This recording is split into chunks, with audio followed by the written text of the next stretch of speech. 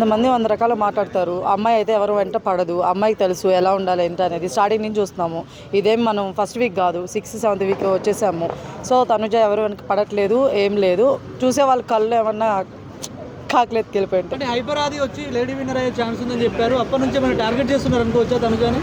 నాకు అదే అనిపిస్తుంది మేబీ. అంటే ఆది గారు చెప్పారు కదా, సో అప్పటి నుంచి ఇలా మారిందని నాకు అనిపిస్తుంది. అంటే ప్రతి ఒక్కరు కూడా తను టార్గెట్ చేసి తను బ్లేమ్ చేస్తే ఇదవుతుందని. బట్ బయట ఎక్కడ కూడా ఫ్యాన్స్ ఎక్కడ తగ్గట్లేదండి. తనుజ గారికి ఎక్కువ సపోర్ట్ ఉంది.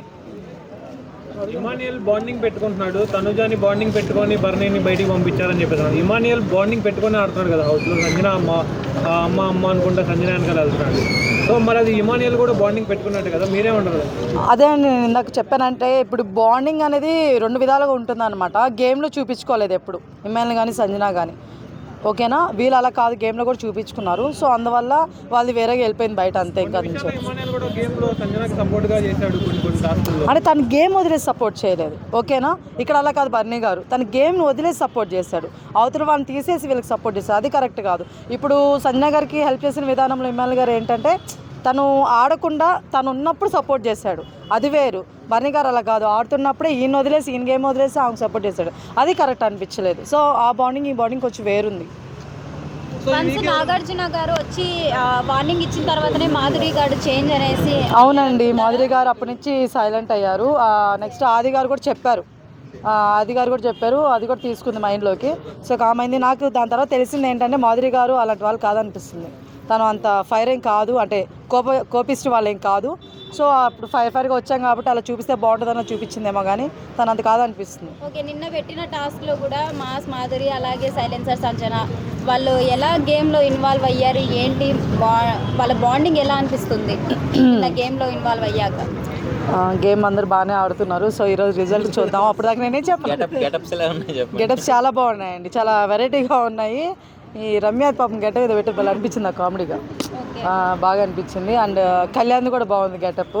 సో గెటప్లు బాగానే ఉన్నాయి. అసలు నాకు సంజన గారిని చూస్తుంటే మన అనసూయ గారిని చూస్తున్నట్టుంది నిజంగా, పుష్పలో. సో అట్లా ఇంకా అయిపోయింది.